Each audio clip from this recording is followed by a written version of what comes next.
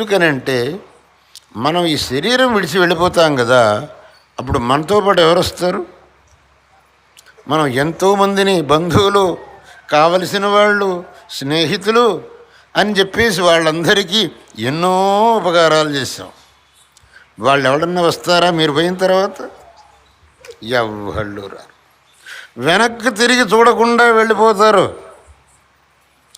మృతం శరీరముత్సృజ్య కాష్ఠలోష్టసమం క్షితౌ విముఖ బాంధవాయాంతి.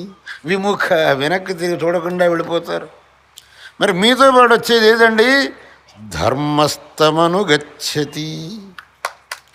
మీరు ఈ జన్మలో ఏమన్నా ధర్మం చేశారు, పరోపకారం చేశారు, భగవత్ సేవ చేశారు, అది ఒక్కటేనండి మీతో పాటు వచ్చేది. కాబట్టి దాన్ని ఎప్పుడూ మరవకండి.